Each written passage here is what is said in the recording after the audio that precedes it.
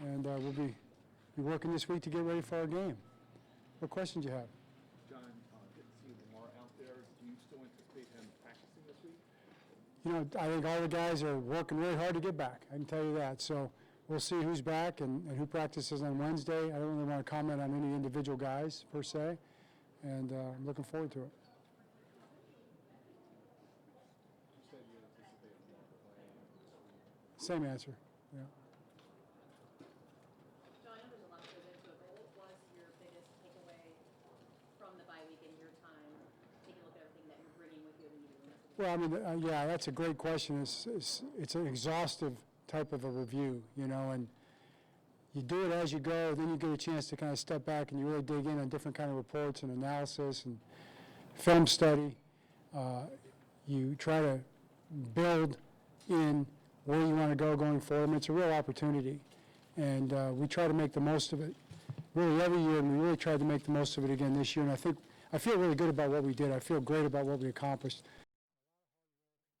A lot of discernment, judgment, choices, things that you have to kind of decide what direction you want to go, what's best for us going forward, that we can maximize and play our best football, really. And that's I'm really pleased with where we're at. Now we've got to go put it into action. So the opportunity in front of us is great, and we've got the people for the job. We've got everything we need, and we've got to go get started this week. John, Davis Robinson has given you a lot of snaps, and now you've lost that. How do you go about replacing that, and do you anticipate elevating one of those practice squad edge guys? Yeah, that's a possibility. We'll have to see as the week goes on in terms of personnel groups whether we feel like we have to do that or not. You can pick it up other ways too, you know, other guys, versatile players. You know, the bigger guys can go out, the smaller guys can come down.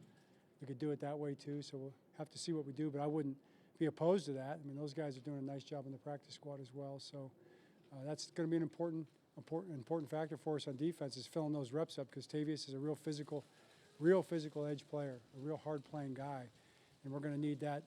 We're going to need that to be no drop-off on those reps that are taken. John, the Bears are on a good run. What have you seen from them in particular that makes them so formidable? Yeah, I mean, I think they've done a nice job of playing, winning football. They're starting to get a feel offensively. They've scored some points, and the defense is playing better and better. So they're playing good football. John, we saw Roquan back, obviously.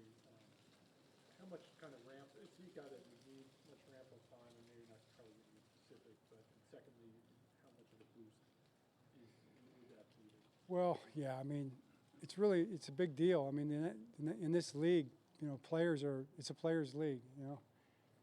And I think back to Clarence Brooks, you know, he said it's always been a players' game, and it always will be a players' game. That's never going to change, and that's really the truth. So having your players on the field is important, and a player like that, like Rowe, or a player like anybody else, all the other guys, the guys that came back last week, you can see the difference it made, you know, between the week before and last week. So it's a big boost. John, I think Wednesday is the deadline for you guys to activate Emery to the 53. Is that still something you guys are going to do? Well, yeah, Emery's not going to be cleared by the doctor for this week, so the doctor hasn't cleared him yet to be activated for this week. So if it's not this week, it would be next week. Okay, so it's up to the doctor. You're not going to put him on season-ending IR? No, we're not going to put him on season-ending IR. Oh, I got you. Okay. Yeah, I don't think he'll be up this week just for that reason, because the doctor hasn't cleared him yet, and we're not going to put him on season-ending IR. Right. Just in terms of, you touched on this a little bit, but in terms of the reset, how valuable was it given, you know, the difficulties with Rowe and so forth? How valuable, say again? How valuable was it to have the time to kind of reset, refocus? How important for that bye week becoming a bit? It's very valuable. I mean, it was needed. You know, it was an opportunity for us, and to do a couple things. I mean, one thing was to help us get healthy for sure. I mean, I don't think we could have been more injured at that point in time for the last couple of weeks. So that's a big part of it. And then for us to take a look at everything we're doing, I think we're doing a lot of great things. You got to take it into understanding, you know, who's out there and who's not playing. So you don't want to overreact. You just want to react. You know, you want to react. You want to understand where you're going, reset, and reattack. You know, and that's really what we're going to do. We're going to reattack this week.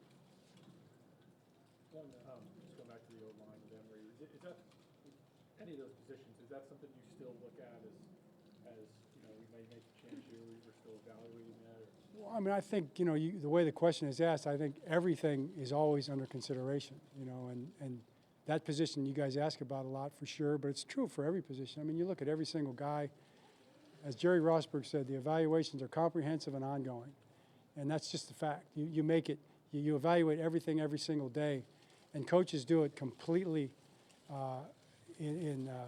from everything from individual reps to group reps to team reps to practice reps to game reps. The game reps being the most important reps.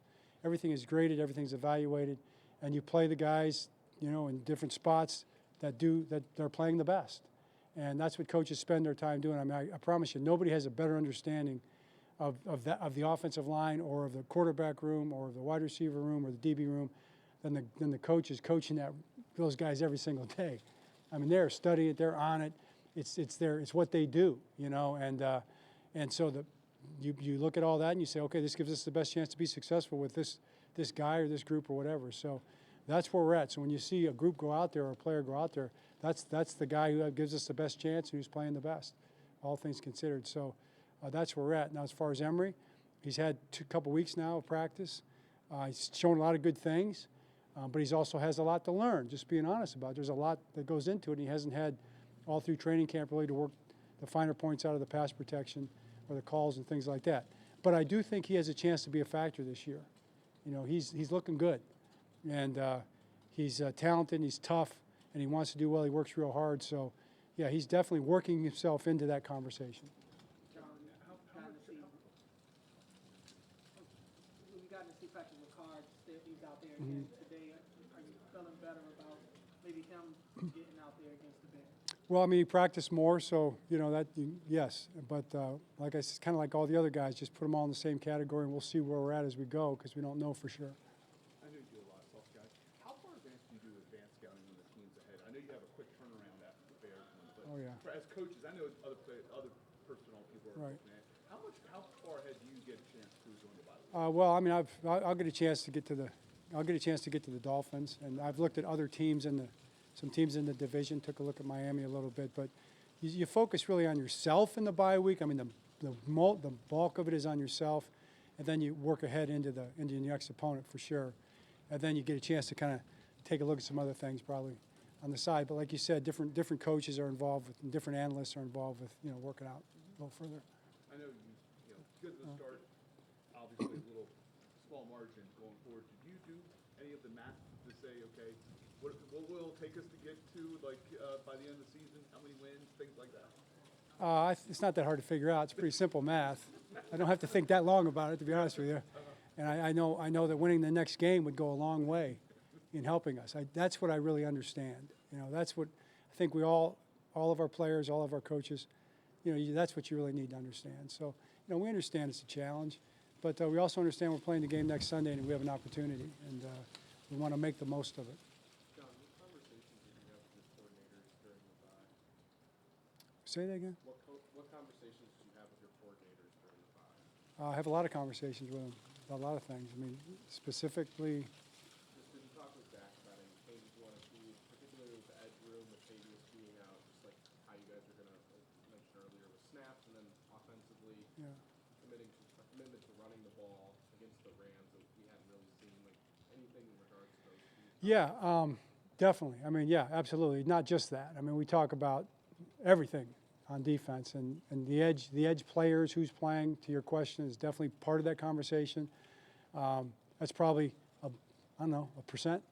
There's 99% of the other stuff we're working on. We're talking about, you talk about what direction you want to go. You talk about kind of what personality we want to have in different situations, what calls apply to that personality, who we want to put where to do those different jobs, you know, how we want to substitute guys on and off the field. Those are all, it's a lot, you know, it's exhaustive, and it's fun, and it's what we love to do, and it's exciting because we have a lot of good players, you know, and we have a lot of good scheme. And then as far as the offense, what was the question about that? Just it seemed like there was more of a commitment to running the ball against the Rams than we've seen in kind of the previous week. And I know you talked about with Todd kind of finding a better rhythm. Yeah. I think the offense is like, there's a commitment to running the ball for sure, and that's the Ravens. I mean, we don't want to get away from that. We believe in running the ball. We believe in stopping the run. A lot of teams don't. A lot of teams don't think it's important. You'll hear a lot of metric people, analytics people say that's not important. So, but it's just kind of it's our DNA. We believe in it. We want to be able to do it. And so that hasn't really changed throughout the course of the season. We haven't done it as well as we want to do it, but we did it better against the Rams for sure, and that was encouraging. So, we've got to find a way to keep building on that. But the conversation was about much more than that. It was about how we want to structure the offense going forward schematically, and how we want to try to create problems for people to defend the players that we're putting on the field, and create opportunities for those guys the best way we can, and keep people off balance as much as we can, complementary football, those kind of things. How do you build that schematically? Those are the conversations that we have. All right. Great, okay, thanks. Thank you.